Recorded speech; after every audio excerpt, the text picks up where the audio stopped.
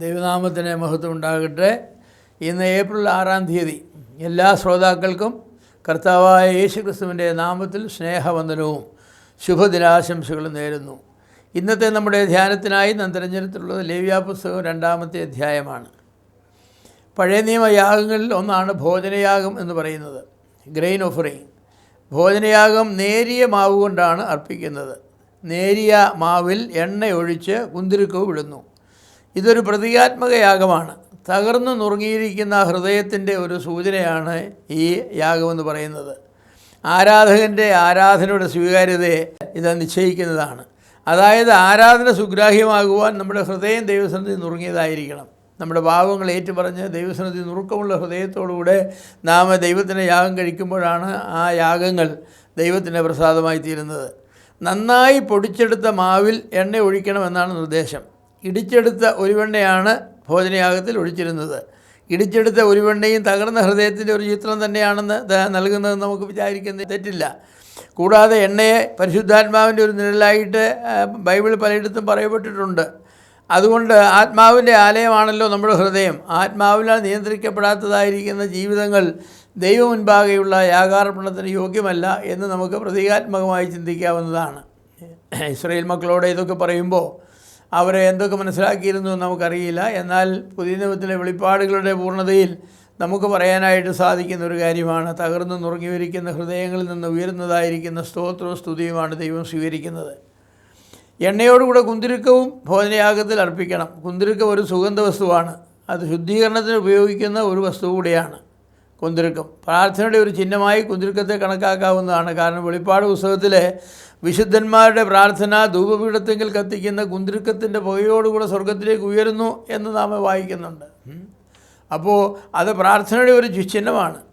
അപ്പോൾ യാഗങ്ങളെന്ന് പറയുന്നത് എല്ലാം പ്രതീകാത്മകമാണ്. ഓരോ യാഗങ്ങളും കർത്താവായ യേശുക്രിസ്തു കാൽവറിയിൽ നിർവഹിച്ചതായിരിക്കുന്ന യാഗത്തിൻ്റെ വ്യത്യസ്തമായിരിക്കുന്ന വശങ്ങളെ കുറിക്കുന്നവയാണ്. ആ നിലയിൽ അതിന് പ്രതീകാത്മകമായിരിക്കുന്ന സ്വഭാവമാണുള്ളത്. ഭോജനയാഗം അങ്ങനെ തന്നെയാണ്. തകർന്നു നുറുങ്ങിയ ഹൃദയത്തോടു കൂടെയാണ് അദ്ദേഹം ദൈവത്തെ ആരാധിക്കേണ്ടതെന്ന് പറയുന്ന പഴയ നിയമത്തിലെ ഒരു പ്രതീകമാണ്. കൂടാതെ ആത്മാവിൽ വേണം നാം ആരാധിക്കുവാൻ. നമ്മുടെ പ്രാർത്ഥനകൾ, നമ്മുടെ ആരാധന ഒരു പ്രധാന ഭാഗമാണ്. അവ ദൈവസന്നിധിയിൽ സുഗന്ധധൂപമായി സ്വർഗത്തിലേക്ക് ഉയരേണ്ടതാണ്. ആത്മനിറവില്ലാത്തതായിരിക്കുന്ന പ്രാർത്ഥനകൾ എത്ര അർത്ഥശൂന്യമായ പ്രാർത്ഥനകളാണ്. തകർന്നു നുറുകാത്തതായ ഹൃദയത്തിൽ നിന്ന് ഉയരുന്ന വാക്കുകൾ വെറും ജഡത്തിൻ്റെ വാക്കുകളാണ്. അങ്ങനെയുള്ളതായിരിക്കുന്ന ജഡത്തിൻ്റെ വാക്കുകളും അതുപോലെ ആത്മനിറവില്ലാത്തതായിരിക്കുന്ന ആരാധനയും ഒക്കെ ദൈവത്തിന് അങ്ങനെ സ്വീകാര്യമായി തീരും. എൻ്റെ പ്രിയമുള്ളവരെ, ദൈവസന്നിധിയിൽ വരുമ്പോൾ നാം ദൈവസന്നിധിയിൽ നമ്മെ തന്നെ താഴ്ത്തുകയും നമ്മുടെ പാപങ്ങൾ ഏറ്റുപറഞ്ഞ് നുറുക്കമുള്ള ഹൃദയത്തോടുകൂടെ കർത്താവേ എന്നോട് ക്ഷമിക്കണമേ എന്ന് പറഞ്ഞുകൊണ്ട് ദൈവസന്നിധിയിൽ വന്ന് ദൈവത്തെ ആരാധിക്കുകയും ചെയ്യണം. അങ്ങനെയാണ് വേണ്ടത്. അങ്ങനെ നുറുങ്ങിയും തകർന്നു വിരിക്കുന്ന ഹൃദയത്തിൽ നിന്ന് പരിശുദ്ധാത്മാവിൻ്റെ നിറവോടെ നാം കഴിക്കുന്ന പ്രാർത്ഥനയും ആരാധനയും ദൈവത്തിന് സൗകര്യമുള്ള യാഗങ്ങളാണ്.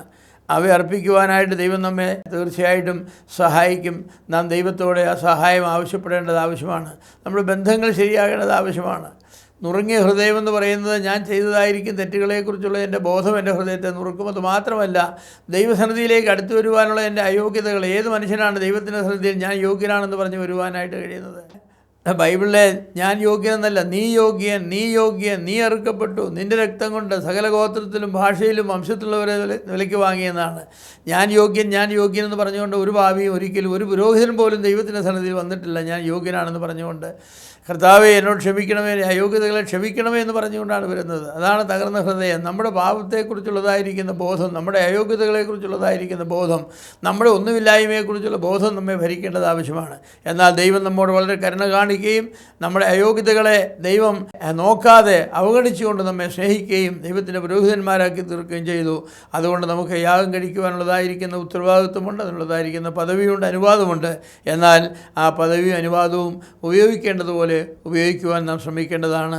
അങ്ങനെ ദൈവത്തിന് സ്വീകാര്യമായ സുഗ്രാഹി യാഗങ്ങൾ അർപ്പിക്കുന്ന ആളുകളായിട്ട് നമുക്ക് തീരാം. തകർന്ന നുറുങ്ങിയുമായ ഹൃദയത്തെ ദൈവം നിരസിക്കുകയില്ല എന്നുള്ളത് കൊണ്ട് തകർന്ന ഹൃദയത്തോടുകൂടി ദൈവത്തെ ആരാധിക്കുവാൻ വരുമ്പോൾ നമ്മുടെ ആരാധനയെ ദൈവം തീർച്ചയായും സ്വീകരിക്കുന്നതാണ്. ദൈവത്തിൻ്റെ നാമം മഹത്വപ്പെടുമാറാകട്ടെ.